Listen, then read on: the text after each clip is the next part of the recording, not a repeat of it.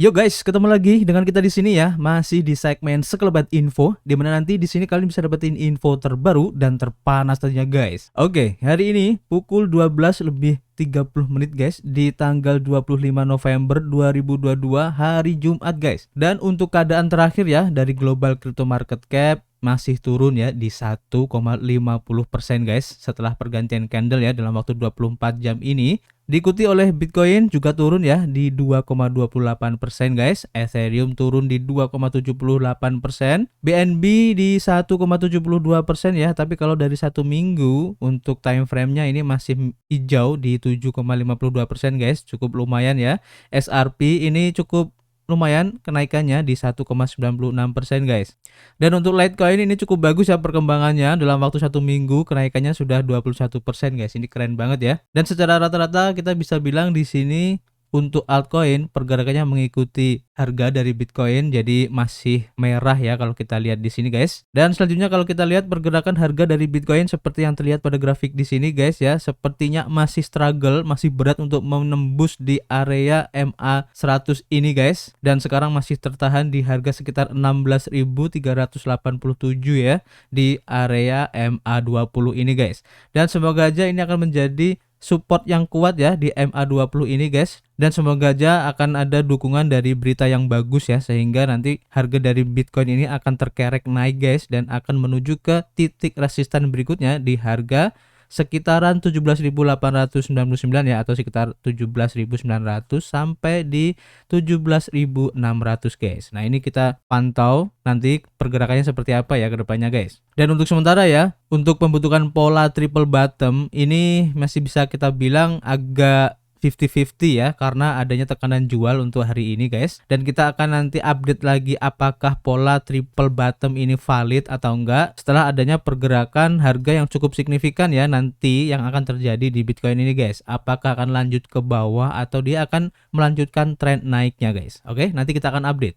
Dan kita langsung saja ya menuju ke informasi pertama, datang dari cryptopotato.com guys. Dan di sini diinformasikan bahwa 10.000 Bitcoin guys yang terkait dengan Mt. Gox yang telah dihack kemarin itu ya, telah dipindahkan setelah tertidur selama 7 tahun guys. Nah, ini menarik ya beritanya. Jadi dompet kripto yang dikaitkan dengan Bitcoin E yang gagal terkait dengan peretasan di Mt. Gox tahun 2014 ya, ini telah memindahkan 10.000 Bitcoinnya guys, dan sekarang bernilai lebih dari 165 juta dolar guys ke sekelompok dompet pribadi guys, exchange juga dan layanan lainnya pada tanggal 23 November kemarin.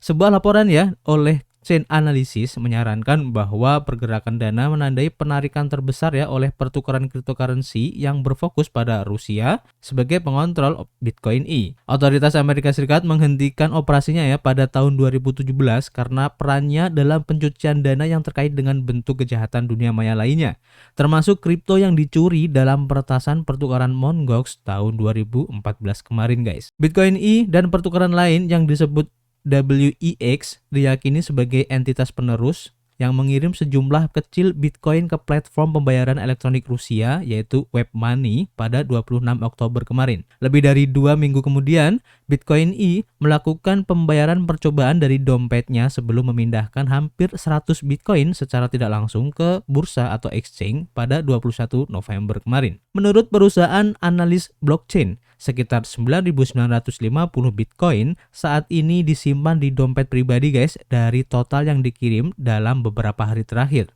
Sisa dana ditemukan telah dipindahkan ya melalui serangkaian perantara ke 4 alamat deposito di 2 exchange besar guys. Chain Analysis percaya ya bahwa pertukaran Rusia mungkin telah bertindak sebagai perantara ya untuk mencuci uang Bitcoin E ini guys. Perusahaan analitik blockchain, salah satu pendiri dan CEO CryptoQuant, Ki Yongju, juga mengonfirmasi ya transfer dana ilegal tersebut. Dia juga menambahkan bahwa 65 Bitcoin dipindahkan ke HitBTC dan menyarankan pertukaran kripto untuk menangguhkan akunnya guys. Seperti yang dilansir ya pada akun Twitter resmi dari Ki Yongju ini guys. Kalian bisa lihat sendiri ya. Untuk yang belum tahu, Bitcoin E ini ditutup guys dan dananya disita oleh Biro Investigasi Federal atau FBI pada tahun 2017 kemarin guys. Meskipun demikian, Bitcoin E masih menyimpan sejumlah besar Bitcoin. Setahun kemudian, ia mentransfer lebih dari 30.000 Bitcoin dari dompet layanannya. Alexander Vinnik, diduga sebagai pemilik dan operator Bitcoin E, dan warga negara Rusia itu juga dituduh ya melakukan pencucian uang skala besar melalui platform perdagangan yang sekarang sudah tidak berfungsi dan kejahatan lainnya. Informasinya menarik juga. Dan apakah benar ini ada hubungannya dengan Rusia, guys? Kalian bisa tulis di kolom komentar ya. Kemudian kita lanjut untuk informasi berikutnya, masih dari cryptopotato.com, guys. Dan di sini diinformasikan bahwa Rusia ini telah semakin dekat, guys, untuk meluncurkan National Crypto Exchange-nya sendiri, guys. Nah, ini menarik ya. Jadi Majelis Rendah Parlemen Rusia, yaitu Duma Negara, dilaporkan telah mulai mengerjakan rancangan undang-undang yang dapat membantu penciptaan untuk exchange kripto nasionalnya, guys. Platform membutuhkan persetujuan dari Bank Sentral Negara ya, dan Kementerian Keuangan juga, di mana Bank of Rusia sebelumnya telah menunjukkan sikap negatifnya terhadap industri aset digital ini, guys. Menurut laporan lokal baru-baru ini, guys, Duma Negara berencana untuk membuat amandemen tertentu pada undang-undang yang ada tentang aset keuangan digital yang dapat membantu pembentukan untuk pertukaran kripto nasional di Rusia, guys. Anggota parlemen telah membahas ya inisiatif tersebut dengan pelaku pasar pada pertengahan November kemarin. Sergei Altuhov sebagai anggota Komite Kebijakan Ekonomi Duma Negara mengkonfirmasi rumor tersebut dan menyarankan bahwa negara terbesar berdasarkan daratan harus merangkul sektor aset digitalnya, guys. Namun, masalah utama industri adalah kurangnya aturan yang tepat. Tambahnya, tidak masuk akal ya untuk menyangkal keberadaan cryptocurrency, dan masalahnya mereka beredar dalam aliran besar ya di luar regulasi negara. Ini adalah miliaran rubel pajak dari pendapatan pajak yang hilang ke anggaran federal. Anatoly Aksakov, seorang eksekutif di State Duma, mengisyaratkan pada bulan Juni bahwa Rusia dapat memperkenalkan platform kripto berdasarkan standar Moscow Exchange. Dia juga berpendapat ya tempat perdagangan seperti itu seharusnya hanya ada jika bank sentral memantaunya dengan cermat. Seperti yang dilaporkan Crypto Potato pada bulan September kemarin, Bursa Moskow menyusun tagihan ya atas nama Bank Rusia yang memungkinkan perdagangan aset keuangan digital atau DFA. Liputan lebih lanjut mengungkapkan bahwa perwakilan dari Kementerian Keuangan dan Bank Sentral tidak berpartisipasi ya dalam pertemuan antara Duma Negara dan pemangku kepentingan pasar. Majelis Rendah Parlemen bermaksud untuk menyiapkan dokumen dan menyampaikannya kepada entitas sehingga mereka dapat mengetahui gagasan tersebut dan mempertimbangkan posisi mereka, guys. Kementerian Keuangan dan Bank Rusia harus menyetujui pembuatan platform tersebut agar dapat ditayangkan. Lembaga perbankan telah berkali-kali menunjukkan sikap negatifnya ya terhadap industri aset digital dan bahkan mendesak pemerintah untuk memberlakukan larangan total terhadap semua upaya cryptocurrency di wilayah Rusia, guys. Kementerian belum begitu bermusuhan ya dengan cryptocurrency ini, guys, yang menunjukkan bahwa pemberlakuan peraturan lebih baik daripada larangan gaya oleh Cina, guys. Jadi beberapa sebab ya yang mengharuskan atau Rusia ini harus mengambil langkah ya untuk segera membuat pertukaran nasional sendiri, guys, atau exchange sendiri. Ini salah satu sebabnya karena banyaknya ya atau gencarnya larangan atau embargo yang dilakukan oleh Amerika Serikat ya terhadap Rusia ini, guys, sehingga memicu pemerintah untuk segera melegalkan cryptocurrency ya baik dari asetnya maupun dari pertukarannya juga. Diperparah lagi, guys, dengan kejadian runtuhnya FTX kemarin yang mengakibatkan Rusia pun itu menjadi agak skeptis ya dengan exchange yang ada sekarang ini, guys. Nah, oleh karena kekhawatiran tersebut ya, maka pemerintah Rusia ini secara mandiri ya ingin membuat bursanya sendiri, guys, yang tentu saja akan bisa dikontrol oleh Rusia sendiri. Nah, ini menarik ya. Nah, kemudian pertanyaannya apa efeknya, guys? Tentu saja ada efek negatif dan juga ada efek positifnya. Mungkin kalau positif, ini akan lebih membuat kita banyak pilihan ya dalam hal pertukaran. Kemudian juga ini akan lebih terjamin untuk keamanannya, khususnya untuk warga Rusia ya untuk menyimpan asetnya, karena sifat dari pertukaran itu sendiri ya, atau exchange itu lebih centralized. Jadi untuk mengontrolnya ini akan lebih aman karena dikontrol oleh negara sendiri, guys. Dan mungkin kalau efek negatifnya ya bagi exchange di luar Rusia, ini mungkin akan berkurang ya untuk jumlah pelanggannya, karena kita tidak bisa memungkiri ya bahwa pasar kripto di Rusia ini juga termasuk besar banget, guys. Oke, nanti kita akan coba update lagi ya untuk crypto exchange dari Rusia ini, guys. Dan kita lanjut untuk informasi berikutnya datang dari cryptonews.com, guys. Dan di sini diinformasikan bahwa Sam Bankman-Fried ini akan berbicara di konferensi bersama Presiden Ukraina Volodymyr Zelensky dan Menteri Keuangan Amerika Serikat Janet Yellen meskipun investigasi FTX sedang berlangsung, guys. Nah, ini juga menjadi pertanyaan ya banyak orang.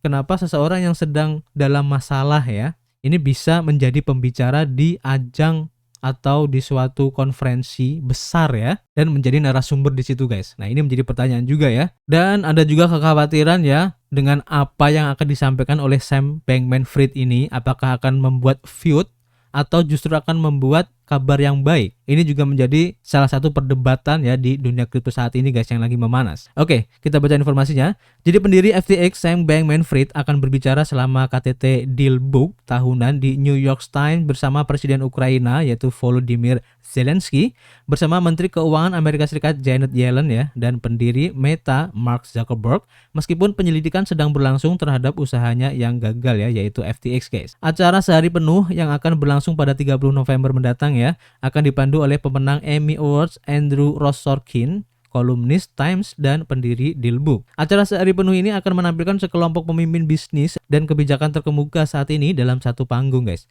Dan bunyi pengumuman tersebut yang juga mencantumkan SBF sebagai pembicaranya. Narasumber dan pembicara terkenal lainnya termasuk Eric Adams, wali kota New York City, kemudian CEO TikTok Shou Chew, ada presiden dan juga CEO Amazon Andy Jassy dan lain-lain guys.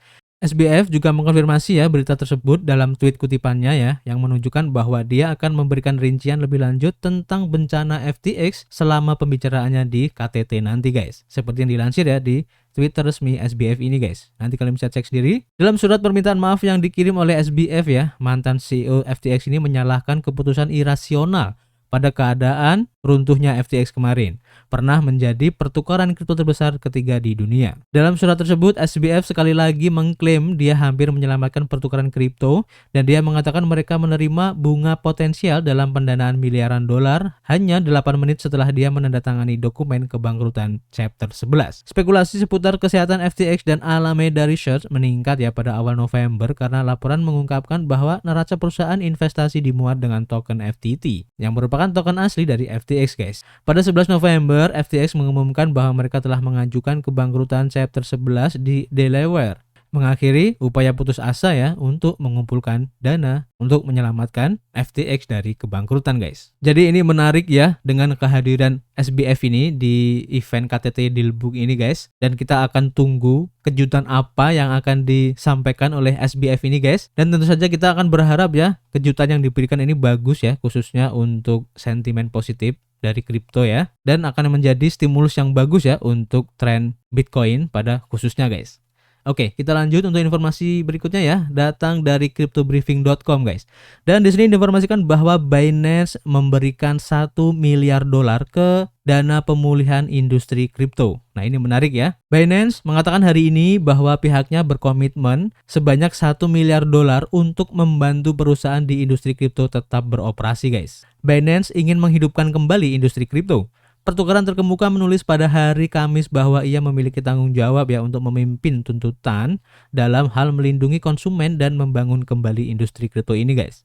Untuk itu, ia telah membentuk inisiatif pemulihan industri atau IRI yang akan memungkinkan perusahaan cryptocurrency yang kesulitan untuk meminta dukungan finansial. Binance telah menyumbangkan kripto senilai $1 miliar untuk inisiatif ini dan dapat meningkatkan jumlah tersebut menjadi $2 miliar jika diperlukan. Perusahaan menyatakan telah menerima 150 aplikasi dukungan dari berbagai perusahaan yang membutuhkan. IRI juga mengambil kontribusi dari perusahaan lain. Beberapa peserta telah memberikan total $50 juta ke dalam program, termasuk Polygon Venture, Animoca Brands, Jam Crypto, Aptos Labs, GSR Markets, Kronos, dan juga Broker Group. Binance mengatakan bahwa mereka mengharapkan lebih banyak peserta untuk segera mendaftar. Menambahkan bahwa mereka sedang berupaya menyediakan cara bagi perusahaan keuangan tradisional untuk bergabung dalam inisiatif tanpa menggunakan kripto guys. CEO Binance Changpeng Zhao mengomentari inisiatif tersebut ya di Twitter dan menulis, "Kami melakukan ini secara transparan." Dia memposting tautan ke komitmen awal Binance sebesar 1 miliar BUSD yang disimpan di alamat OXO43A di BNB Chain. Program ini diperkirakan akan berlangsung selama 6 bulan ke depan guys, dan mereka menyumbangkan dana yang tetap tidak terpakai akan dapat menarik dana tersebut di akhir inisiatif. Binance menetapkan bahwa inisiatif tersebut bukanlah dana investasi, menarik perbedaan antara inisiatif dan Binance Lab. perpanjangan lengan dari visi ya yang digunakan bursa untuk berinvestasi di startup baru. Binance tidak secara eksplisit menyebutkan FTX dalam pengumumannya hari ini ya. Namun mengingat waktunya, jelas bahwa runtuhnya bursa menyebabkan pembentukan dana tersebut guys. Ini bukan satu-satunya upaya Binance ya untuk menyelamatkan industri kripto, dan laporan terbaru menunjukkan bahwa perusahaan tersebut bermaksud untuk mengakuisisi perusahaan pemberi pinjaman yang bangkrut yaitu Voyager Digital dan kemungkinan memperoleh aset pinjaman milik Genesis Capital. Binance juga hampir mengakuisisi FTX selama keruntuhannya kemarin ya, tetapi keluar dari kesepakatan karena tuduhan bahwa FTX telah salah menangani dana pelanggannya. Nah ini keren banget ya yang dilakukan oleh Changpeng Zhao ini guys, dan juga beberapa partner yang juga berkontribusi dalam usaha dana pemulihan ini guys, dan kita akan nantikan sepak terjang apa lagi yang akan dilakukan oleh Changpeng Zhao ke depannya guys untuk menyelamatkan industri kripto ini guys.